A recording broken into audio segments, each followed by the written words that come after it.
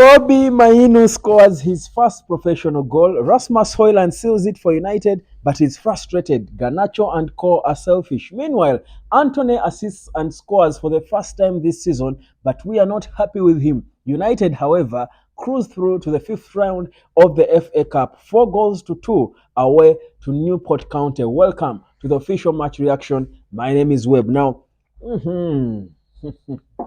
as you would expect, I've got to start it off with my boy Kobbie Mainoo, who finally scored his first professional goal in no-look fashion. By the way, guys, don't you pretend like you didn't see that was a no-look goal from Kobbie Mainoo.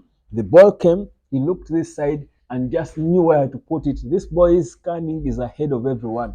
Far post, one simple touch, and boom, it's an looked easy for him, of course, but that is not a goal. Obviously, you would expect a person like Antony to score. You saw how Antony struggled in the game. He had the most touches on the ball. He had a lot of opportunities. He looked so desperate to score all throughout the game. I think he came in this game having told all his ancestors, people back home in Brazil, I must score. I think even Ten Hag told him, if you don't score this time, no more. But now that he has scored, my goodness, I don't know whether Amad Diallo will ever play football.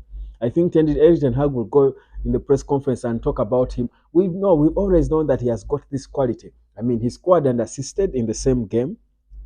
Antony, my goodness. Erik Ten Hag this time will make him play all games until the end of the season. But how wasteful he was, how predictable he was, never mind him scoring, but Antony has got a lot to work on. I still don't understand why Erik Ten Hag is not giving Amad Diallo enough opportunities.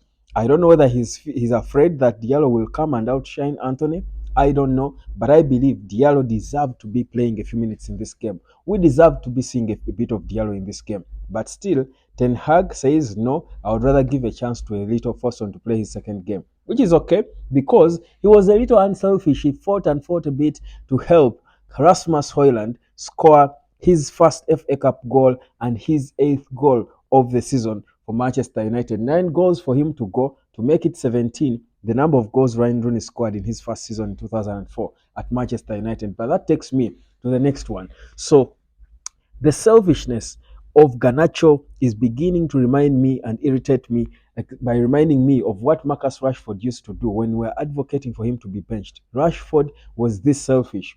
Garnacho is beginning to be that, and I hate to see it. We saw Rasmus Hojlund again continuously making the right runs, sprinting from the center line to try and reach there in time, which he did all the time. He was always in the right places at the right time, but still Garnacho refusing to pass him the ball. At one point, even Bruno Fernandes, like he is known to do, throwing his hands around in frustration, he was throwing around his arms and pointing and telling him, pass the ball to Hojlund. He's there. He's on side. He has led. He has made a strong run. You're trying to go for goal.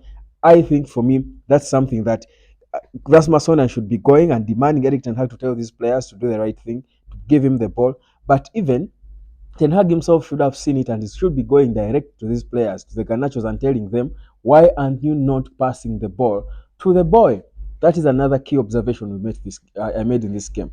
The other observation is when Mainoo plays advanced, he's dangerous. I've said it here before that when Casemiro returns, I want to see how Mainoo will play. And Casemiro returns, it's no coincidence that he scored his first goal. It was because he was in that position where he was, because behind him, Casemiro was there. So when Casemiro is behind and releases Kobbie Mainoo is dangerous in those areas because he's so perfect with his touch on the ball. He scans ahead. The keeper could have never predicted that boy was going to go for goal. So that, for me, is a key observation. When Casemiro is there, I love to see Kobbie Mainoo playing more advanced and closer around in the hole of the number 10. Of course, he'll keep dropping back a bit in moments, but mostly being committed up front. I love to see it there when Casemiro is there because it gives us a bit good solidity behind.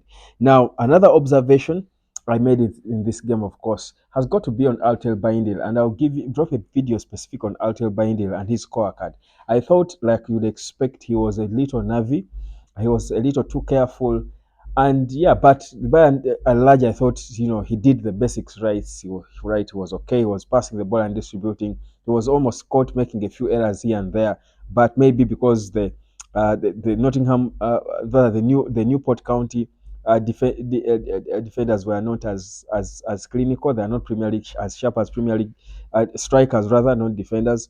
But I thought he had a decent game. Really, I think it was okay. A good debut. He was jittery as you'd expect, but he held it together and we won the game. So for me, nothing to worry about. I can still trust him with our next game. Then the other observation I made in this game is, why is Manchester United a 30-minute team?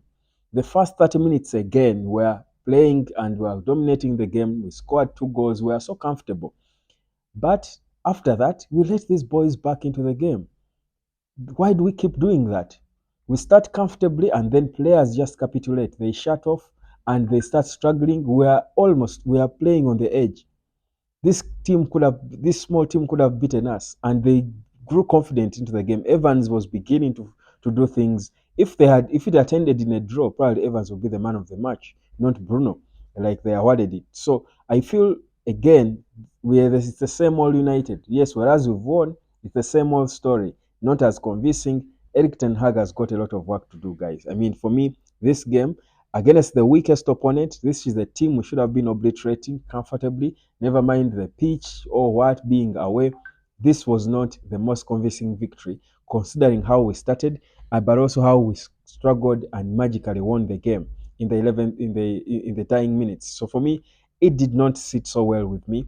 I did not like to see it. Then, so the other key observation that I did, make in this game was Varane. Rafael Varane is looking finished, guys. This was a weak team. He made mistakes in that game.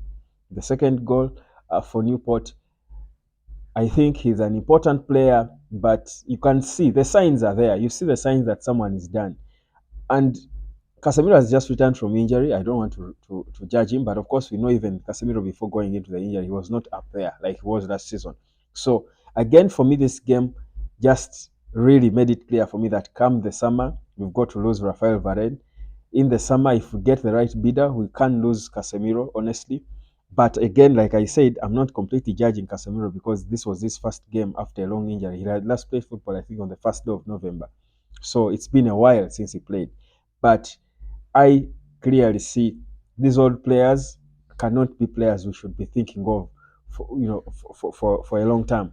But basically, there were some good moments. Like in the first 30 minutes, we passed the ball well, where ball distribution looked good. We seemed to be bad. The selfishness is something I don't want us to talk about. So for me, my worst United player, I will not even go into the best. The worst United player on the day was Alejandro Garnacho for me. Why? For his selfishness, because Rasmus Hojlund should have been on a brace or hat trick in this game.